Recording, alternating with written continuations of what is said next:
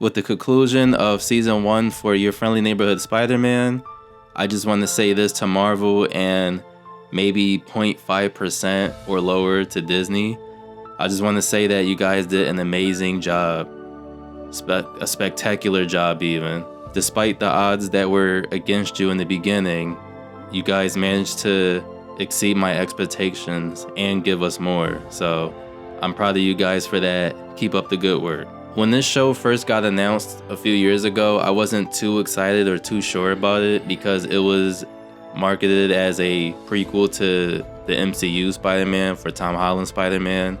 And I already think that version of Spider-Man is kind of corny. So having a prequel in my eyes was kind of unnecessary. And when it was revealed that that original concept of it being an MCU prequel got canceled and that they were doing something completely different with it, I became a little more hopeful for it, but I still wasn't too sure of it due to how everything looked as far as the story they were telling in the trailers and how the art style looked. It was kind of all for me at the time. And when the first 2 episodes came out, I made a video pretty much saying that the first 2 episodes were good. They had a good first impression on me.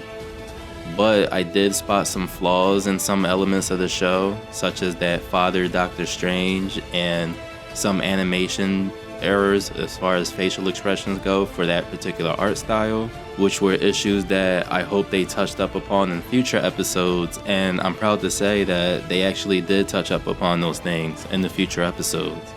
It's as if they listened to my last video or something, I don't know. Also in that video, I had hoped and prayed that since the story was this good so far after the first 2 episodes, that they would keep this up, this level of story writing and action, and just the whole vibe of it all. I was hoping that they would keep that up in future episodes or for the rest of the season, and they definitely did just that. And since this is no longer an MCU prequel, this allows the show to give respect to the Spider-Man lore along with the characters, while also giving us a new fresh take on a few things, since this is one of the now many Earths of the multiverse. And until Kevin Feige himself or Marvel declares otherwise, I'm declaring this Earth as Earth 326 or 326. And this is because, without spoiling too much, in one of the episodes, Norman Osborn was trying to track down a certain character, and he had to use gamma radiation and coordinates or whatever, and the numbers were 326 out of 616. So 616 is the main comic book Earth. That's the main Earth used in Marvel Comics.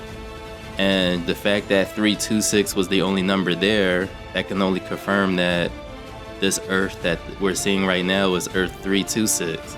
So until somebody else says something from the higher ups that I'm wrong or whatever, that's what this Earth is going to be called, Earth 326. Another great thing about the show is just how natural everything feels, such as events which might have taken place or battles that might have taken place, or even Peter Parker's struggles in the show.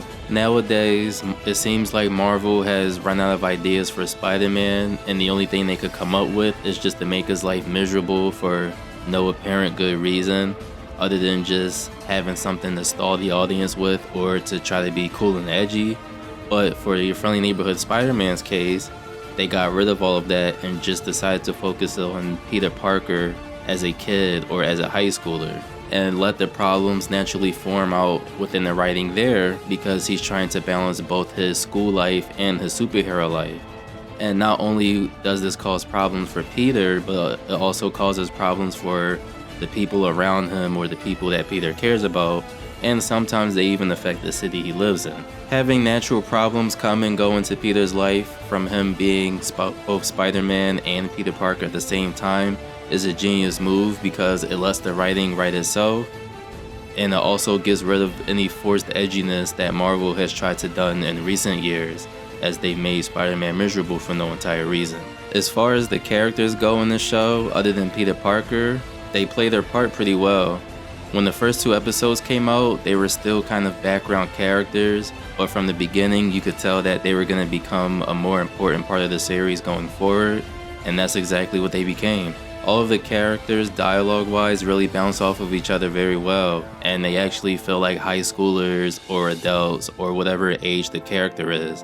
And each of the side characters of the show, slowly but surely, are becoming their former comic book selves, or they're becoming that important part of the Spider-Man lore as they are in the comic, in the slowly but surely and natural way towards the end of the season, which sets up a lot of good things or interesting plot points to look forward to during future seasons. And all of the characters were done perfectly, as they also had natural problems or disasters come and go for them, and they reacted like any old normal person would to those certain situations, depending on what the situation is. And those said problems resolved themselves in a pretty natural way that was also well paced and didn't feel too rushed or cut short. Overall, your friendly neighborhood Spider-Man takes an iconic character and gives him a new spin, which makes this a great underdog / coming of age story, as this version of Spider-Man is just starting off his superhero career.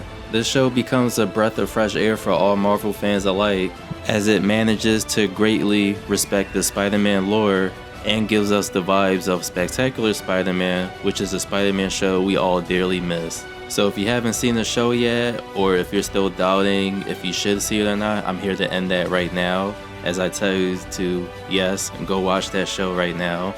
I highly recommend it. It's a good, fun watch. So in the end, I give Your Friendly Neighborhood Spider-Man a 9 out of 10 rating, and I look forward to what they have next in store for us in future seasons. Oh yeah, and there's one more thing I wanted to add. In Doctor Strange's second appearance in the show, they actually had him use more than just shields and whips. Yay!